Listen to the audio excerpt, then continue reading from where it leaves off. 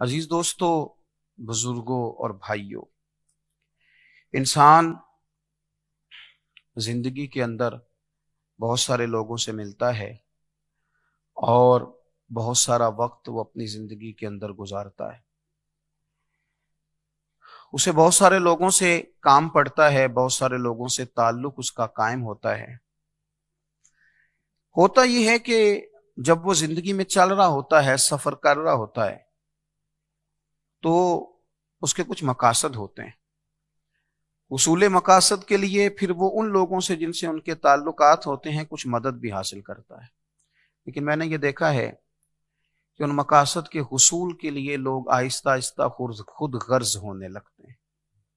وہ معاذ اللہ بعض لوگوں کو اپنے مقاصد کے لیے استعمال کرنے لگتے ہیں۔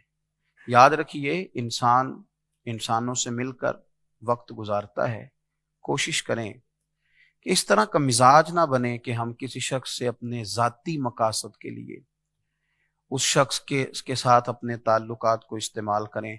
نبی پاک صلی اللہ تعالی علیہ وسلم نے فرمایا، تم میں سے بہترین شخص وہ ہے جو دوسروں کے حق میں نفع بخش ہے۔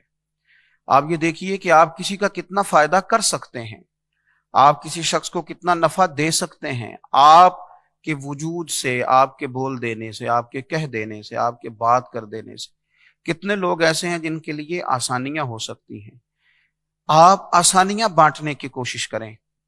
کچھ نہیں کر سکتے تو آپ خیر کا جملہ ہی بولیں، دعائے خیر میں ہی لوگوں کو یاد کریں۔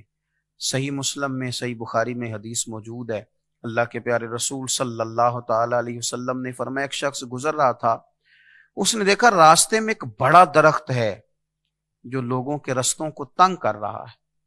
اس نے اس ارادے کے ساتھ اس درخت کو کاٹ دیا کہ لوگوں کا رستہ کشادہ ہو جائے گا۔